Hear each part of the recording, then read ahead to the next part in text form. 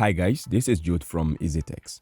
In this video, I'll be showing you two possible ways to fix the error of missing MSVCP140.dll in Windows. This error may show up when you try to run certain applications like Skype or Epic Games or some other applications on your computer.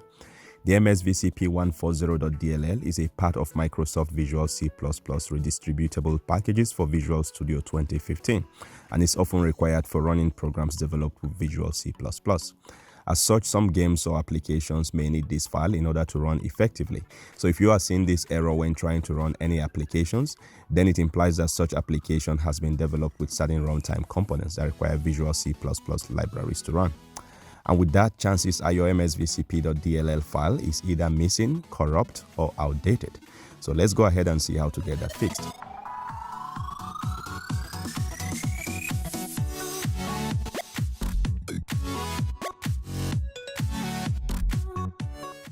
Okay, so the first method would be to simply reinstall the missing MSVCP file. Before we do that, we need to first change our File Explorer options to make hidden files and folders visible.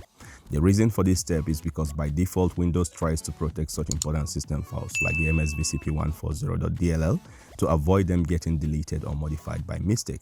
Because when that happens, it could potentially damage the operating system or, like in this case, prevent certain programs and processes from running effectively.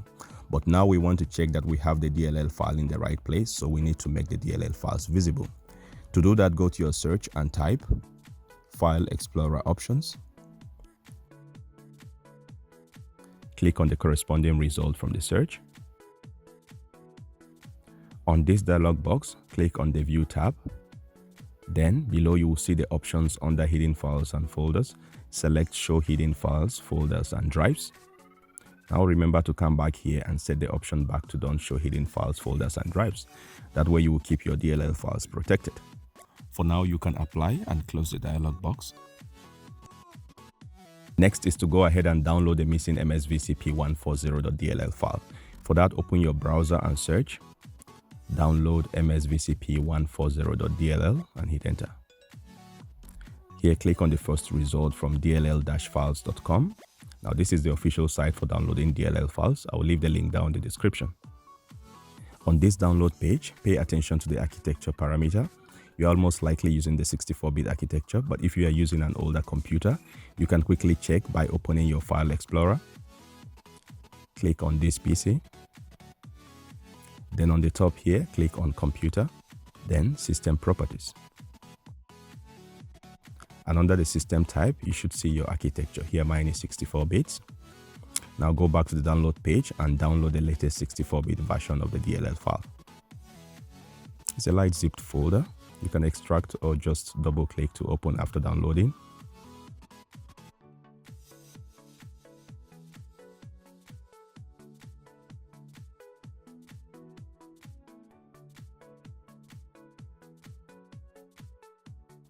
And in here you have the DLL file and a README file.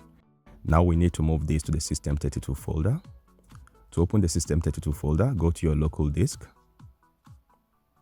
Double click to open Windows folder.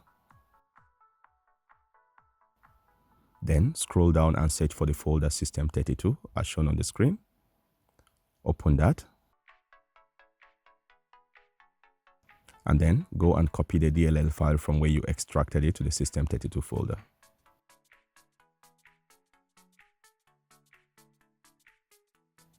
Hit continue on the admin permission dialog. Now, if you are doing this on a 32-bit architecture, then you need to copy the DLL file to the folder named syswow64 as shown on the screen. Afterwards, simply restart your computer and see if the problem has been resolved.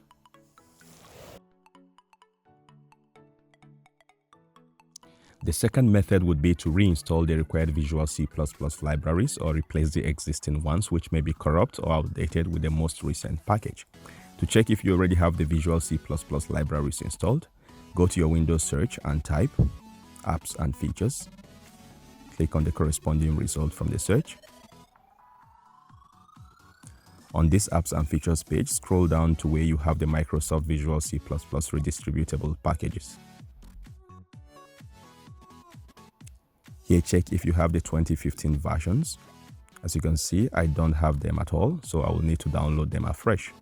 If you have them already, then click and select uninstall on each of them to remove them, both the 32-bit and 64-bit versions. Next, I will now go ahead and download the latest versions of these packages from the Microsoft Download Center. I will leave the download links in the video description. So here I will search Microsoft Visual C++ 2015 Redistributable. You can already see that from the suggestion. Click on the first result from Microsoft.com.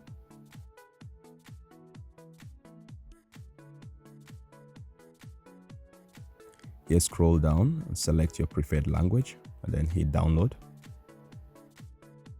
On the page that follows, select both the 32-bit and 64-bit options and then hit next.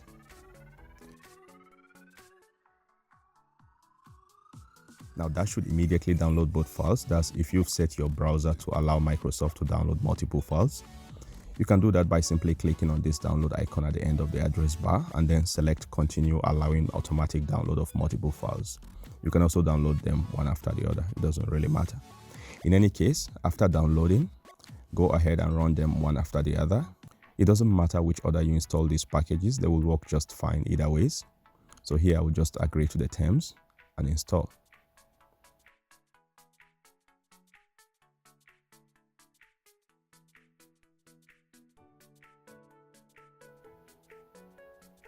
Then do the same for the second package.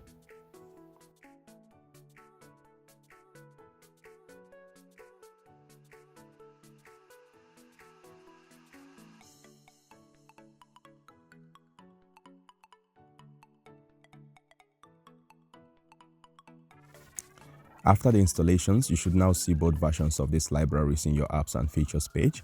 Now simply restart your computer and you should have your applications running fine with no more errors. Now, if for any reason you still get this error after trying these two fixes, then try reinstalling the application that gives the error when you try to run it. It might be that it still uses the initial installation system configurations you had when you installed it. So by reinstalling it, it will then acknowledge the new configurations. And that is it for this tutorial. You can also find written instructions together with download links down the video description. Give this video a thumbs up if you found it useful and share with anyone you think might want to see. Drop us a comment if you have any questions or feedbacks. Don't forget to subscribe and hit the bell icon for notifications on future tech support videos like this one. Thanks for watching and see you in the next one.